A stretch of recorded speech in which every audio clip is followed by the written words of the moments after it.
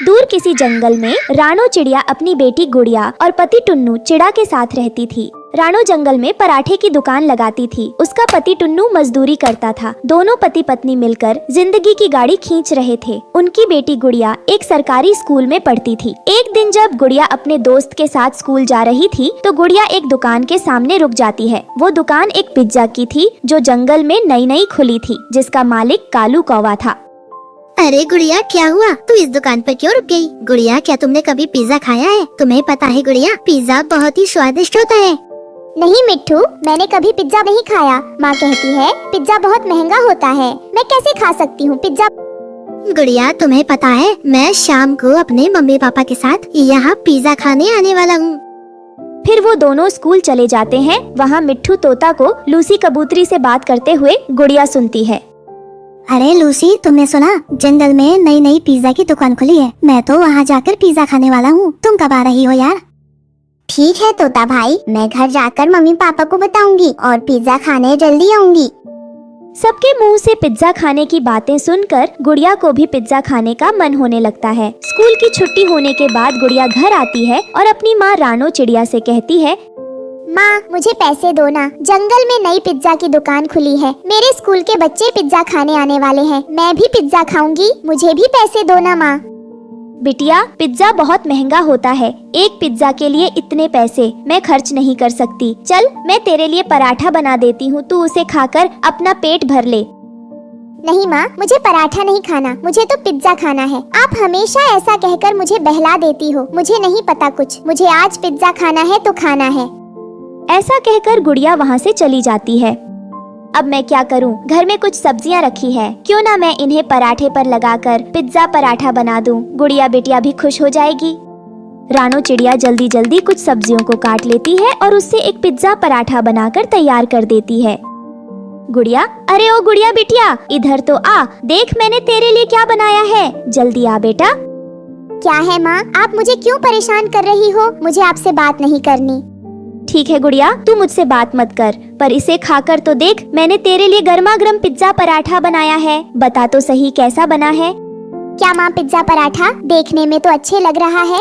फिर गुड़िया पिज्जा पराठा खाती है। वाह माँ वाह, ये पिज्जा पराठा तो बहुत ही स्वादिष्ट बना है, मजा आ गया खाकर। जब तक टुन्नू भी अपनी मजदूरी करके घर वापस आ जाता है। अरे भाई रानो, क्या बनाया है? बहुत अच्छी खुशबू आ रही है। पापा, माँ ने पिज्जा पराठा बनाया है, आप भी खाकर देखो, बहुत स्वादिष्ट है। टुन्नू भी पिज्जा पराठा खाता है। रानो, ये तो बहुत ही स्वादिष्ट पिज्जा पराठा बनाया है तुमने। ऐसा क्यों नहीं करती? तुम पक्षियों को पराठा बनाकर खिलाती हो, उन्हें तुम पिज्जा पराठा बनाकर खिलाओ। मेरा मतलब है पिज्जा पराठे का एक ठेला लगा लो तुम। मुझे विश्वास है तुम्हारी बहुत बिक्री होगी और जंगल के पक्षियों को ये खाकर बहुत अच्छा लगेगा, क्योंकि ये स्वाद के साथ साथ सेहत के लिए भी अच्छा है। आपका आइडिया तो बुरा नहीं है जी, मैं कल से ही पिज्जा पराठा बनाकर पक्षियों को खिलाऊंगी। अगले दिन रानो चिड़िया ने पराठे के साथ साथ पिज्जा पराठा भी बनाना शुरू किया। पिज्जा पराठा ले लो, गर्मा गर्म पिज्जा पराठा, जंगल में पहली बार पिज्जा पराठा, स्वादिष्ट पिज्जा पराठा ले लो। पिज्जा पराठा का नाम सुनकर सभी पक्षी रानो के ठेले के पास आते हैं। चिड़िया बहन, खुशबू तो बहुत ही जबरदस्त आ रही है और दिखने में भी बहुत स्वादिष्ट लग रहा है। जरा एक पिज्जा पराठा देना तो। रानो, मुझे भी एक देना, मैं मेरी पत्नी को भी तुम्हारे हाथ का बना पिज्जा पराठा खिलाऊंगा। अरे रानो बहन, जल्दी करो, कब से मैं खड़ी हूँ, मुझे 2 पिज्जा पराठा दे देना। खुशबू इतनी अच्छी आ रही है कि मुझसे अब और इंतजार नहीं हो रहा। इतने सारे ग्राहक देखकर रानो बहुत खुश होती है। हाँ क्यों नहीं, मैं अभी आप सबको पिज्जा पराठा देती हूँ। कुछ ही दिनों में रानो का पिज्जा पराठा जंगल में फेमस हो गया। पक्षियों ने जंगल में कालू कौवे की दुकान से पिज्जा खाना छोड़ दिया। ये देखकर वो उसकी सफलता से जलने लगा। अगर रानो की दुकान ऐसे ही चलती रही तो मेरी दुकान तो बंद हो जाएगी। मुझे कुछ तो करना होगा। ऐसे ही कुछ दिन गुजर जाते हैं। फिर एक दिन कालू कौवा ने एक चाल चली। जब रानो अपने ठेले पर नहीं थी, उसने मौका देखकर उसके पिज्जा पराठा में बहुत सारी लाल मिर्च मिला दी। जब रानो ने पक्षियों को पिज्जा पराठा बनाकर खिलाया तो पक्षियों को बहुत तेज मिर्ची लगने लगी। छी छी रानो, तुमने इस पिज्जा में क्या मिलाया है? इतनी मिर्ची कौन डालता है? मैंने कुछ गलत नहीं किया है, मुझे नहीं पता ये कैसे हुआ। जंगल के सभी पक्षी नाराज हो गए और उसके ठेले को घेर लिया। रानो, तुम्हारे पिज्जे ने हमारी कितनी बुरी हालत कर दी। हम फिर कभी तुम्हारे ठेले पर नहीं आएंगे। रानो ने बहुत कोशिश की सबको समझा सके, लेकिन किसी ने उसकी बात नहीं सुनी। मैंने कुछ गलत नहीं किया है, प्लीज मेरी बात सुनो। लेकिन जंगल के पक्षी बहुत गुस्से में थे और उन्होंने उसका ठेला बंद करवा दिया। ये सब देखकर रानो टूट सी गई, लेकिन उसने हार नहीं मानी। उसने सोचा, शायद मुझे दूसरे जंगल में जाकर कोशिश करनी चाहिए, मुझे यहाँ से जाना होगा। रानो ने दूसरे जंगल की ओर उड़ान भरी और वहाँ जाकर फिर से अपनी पिज्जा पराठा की दुकान खोली। उसने मेहनत और लगन से काम किया और उसका पिज्जा पराठा वहाँ भी फेमस हो गया। पिज्जा पराठा ले लो, गर्मा गर्म स्वादिष्ट पिज्जा पराठा ले लो। जल्द ही रानो चिड़िया का पिज्जा पराठा नए जंगल में बहुत फेमस हो गया। वो बहुत पैसे कमाने लगी। उसने अपने ठेले पर कुछ पक्षियों को काम पर भी रख लिया। कई महीनों के बाद कालू कौवा उसी जंगल में आया। वो भूख से बेहाल था। वो रानो के पिज्जा पराठे के ठेले पर गया और पिज्जा पराठा खाया। साहब, ये लीजिए आपका बिल। कालू कौवे ने जैसे ही पैसे देना चाहा, तभी उसने देखा कि उसके पास पैसे नहीं है।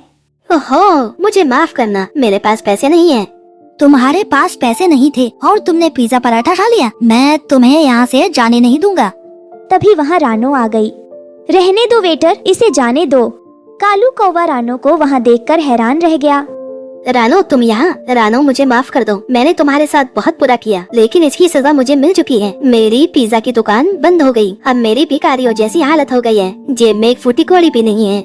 कोई बात नहीं कालू, अब तुम सबके साथ अच्छा व्यवहार करना। उस दिन के बाद से कालू कौवा ने अपना स्वभाव बदल लिया। रानो दुगने उत्साह से अपने ग्राहकों को पिज्जा पराठा खिलाने लगी। रानो की आमदनी दुगनी हो चुकी थी। इस तरह रानो खुशी खुशी पिज्जा पराठा बेचकर अपने परिवार के साथ रहने लगती है।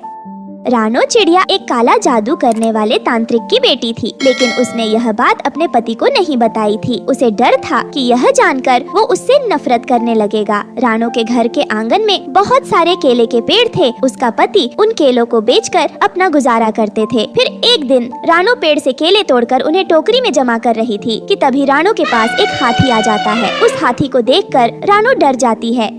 ये जंगली हाथी कहाँ से आ गया और इसकी शक्ल कैसी है? बहन, मेरी मदद करो। एक भूत या शेर ने मेरे शरीर पर कब्जा कर लिया है। मैं जानता हूँ तुम एक तांत्रिक की बेटी हो, इसलिए तुम भूत या शेर को मेरे शरीर से बाहर निकालकर मेरी जान बचा लो। मैं बहुत तकलीफ में हूँ। रानो चिड़िया को उस हाथी पर बहुत दया आती है और उसके बाद वह अपने घोंसले में रखी जादुई छड़ी लेकर वहाँ आ जाती है। फिर मंत्र पढ़कर रानो उस भूतिया शेर को हाथी के शरीर से बाहर भगा देती है और उसके बाद हाथी फिर से पहले की तरह साधारण हाथी बन जाता है। मेरी जान बचाने के लिए तुम्हारा बहुत बहुत शुक्रिया बहन, तुम बहुत अच्छी हो। भगवान तुम्हारा भला करे। उस दिन से रानो चिड़िया की उस हाथी के साथ दोस्ती हो जाती है। रानो रोज हाथी को ढेर सारे केले खाने के लिए दिया करती थी। लेकिन फिर एक दिन जब रानो चिड़िया उस हाथी को केले खिला रही थी कि तभी उसका पति वहाँ आ जाता है। ऊपर वाले, मेरी नालायक पत्नी, तू तो मुझे बर्बाद करके छोड़ेगी। इतना कहकर टुन्नू चिढ़ा डंडा उठा लेता है। ए हाथी, चल भाग यहाँ से, वरना मैं इस डंडे से मार मार के तेरे हाथ पैर तोड़ दूंगा। ये तो एक साधारण हाथी है टुन्नू जी, आप इसे क्यों भड़का रहे हैं? अगर ये थोड़े से केले खा लेगा तो क्या गजब हो जाएगा। लेकिन टुन्नू चिढ़ा एक डंडा उठाकर उस हाथी को मारने उसके पीछे दौड़ता है। ये देख हाथी वहाँ से भाग जाता है। मेरी बात कान खोलकर सुन ले रानो, अगर आज के बाद तूने हाथी को एक भी केला खिलाया तो मैं तेरी टांगे तोड़ दूंगा, समझ गई? चल जा यहाँ से। तभी वहाँ रानो की बेटी गुड़िया चिड़िया आती है। पापा, आप माँ को क्यों मार रहे हो? माँ ने क्या गलत किया है? अपने पति का बुरा बर्ताव देख रानो को बहुत दुख होता है और वह चुपचाप अपनी बेटी को लेकर वहाँ से चली जाती है। इस तरह कुछ दिन बीत जाते हैं। फिर एक दिन रानो घर के कुछ काम कर रही थी कि तभी उसके दरवाजे पर एक बूढ़ा भिखारी आ जाता है। अरे कोई है क्या? मुझे कुछ खाने को दे दो माई, कई दिनों से मैंने कुछ खाया नहीं है। मुझ गरीब भिखारी की मदद करो, ऊपर वाला तुम्हारा भला करेगा। उस भिखारी की हालत देख रानो को उस पर बहुत दया आती है। आप चिंता मत करिए बाबा जी, मैं अभी आपके लिए कुछ खाने को लेकर आती हूँ। रानो चिड़िया उस बूढ़े भिखारी को घर में बनी रोटी के साथ साथ कुछ केले भी दे देती है। लेकिन तभी वहाँ उसका पति आ जाता है। ऊपर वाले, मेरी नालायक पत्नी, तू तो मुझे बर्बाद करके छोड़ेगी। तुझे कितनी बार समझाया है मैंने, इस तरह किसी भी राह चलते को केले खाने के लिए मत दिया कर, लेकिन तू है कि कुछ समझती ही नहीं। क्या हुआ जी, ये तो गरीब भिखारी है, मैं तो सिर्फ इसकी मदद कर रही थी, बेचारा कई दिनों से भूखा है। अरे दुनिया के सभी भिखारियों का ठेका तूने ले रखा है क्या? ए भिखारी, चल भाग यहाँ से, वरना मैं तेरी टांगे तोड़ दूंगा। टुन्नू जी, आपको इस बुजुर्ग से इस तरह बात नहीं करनी चाहिए। यह बूढ़ा भिखारी रिश्ते में तेरा बाप लगता है क्या? तुझे सुधारने का मेरे पास एक बहुत अच्छा तरीका है। इतना कहकर टुन्नू रानो की पूंछ पकड़कर उसे मारने लगता है। नहीं टुन्नू जी, मुझे मत मारिए, आखिर मेरी गलती क्या है? तभी वहाँ गुड़िया चिड़िया आ जाती है। मेरी बेचारी माँ को जानवरों की तरह क्यों मार रहे हो? इस तरह भला कोई अपनी पत्नी को मारता है? अपनी माँ की तरफदारी कर रही है? तुम दोनों को एक दिन में अपने घर से बाहर निकाल दूंगा। इतना कहकर वो वहाँ से चला जाता है। इस तरह कुछ दिन बीत जाते हैं। फिर एक दिन उनके घर में जोरदार भूकंप आता है और उनका पूरा घर टूट कर तहस नहस हो जाता है। लेकिन सिर्फ टुन्नू का घर टूटा था, आसपास रहने वाले पक्षियों के घरों को कोई नुकसान नहीं पहुँचा था। अरे ये क्या हो गया? भूकंप में सिर्फ हमारा घर टूटकर चकनाचूर हो गया, दूसरे पक्षी के घर तो बिल्कुल सही सलामत है, उनके घर को तो कुछ भी नहीं हुआ। मेरी भी कुछ समझ में कुछ नहीं आ रहा है कि भूकंप का असर सिर्फ हमारे घर पर ही क्यों पड़ा। अब हम क्या करेंगे जी? हमारे पास तो रहने के लिए और कोई और जगह भी नहीं है। वो सब दुखी होकर रोने लगते हैं कि तभी वहाँ रानो का दोस्त हाथी आ जाता है। फिर वो हाथी रानो से कहता है, मेरे होते हुए तुम किसी बात की फिक्र मत करो बहन, मैं अभी तुम लोगों के रहने का इंतजाम कर देता हूँ। लेकिन तुम तो एक साधारण से हाथी हो, आखिर तुम हमारी मदद कैसे करोगे? तुम मेरे बारे में कुछ नहीं जानती, मैं एक जादुई हाथी हूँ। मुझे एक श्राप मिला है कि मैं अपनी शक्तियों का इस्तेमाल अपने फायदे के लिए नहीं कर सकता, लेकिन मुसीबत में फंसे पक्षियों की मदद करने के लिए मुझे पूरी आजादी है। अब तुम मेरे जादू का कमाल देखो। इतना कहकर वो हाथी उन सभी को अपनी जादुई शक्ति से एक जंगल में ले जाता है। वहाँ एक जादुई केले का पेड़ बोलता है, हाथी क्या मदद करूँ तुम्हारी? ये सब मेरे दोस्त हैं, इनके लिए आप एक घर बना दो। तभी वहाँ एक केले का विशाल घर प्रकट हो जाता है। यह जादुई केले का घर तुम्हारे अच्छे कर्मों के लिए तुम्हें उपहार के तौर पर दे रहा हूँ। तुम्हें इस घर में कभी किसी चीज की कमी नहीं होगी। इतना कहकर हाथी वहाँ से गायब हो जाता है। उसके बाद रानो चिड़िया अपने परिवार वालों के साथ उस घर के अंदर प्रवेश कर लेती है। वह घर अंदर से एक बड़े आलीशान बंगले जैसा था। उसमें उनकी सुख सुविधा की सारी चीजें मौजूद थी। यह देख रानो का पति बहुत खुश होता है।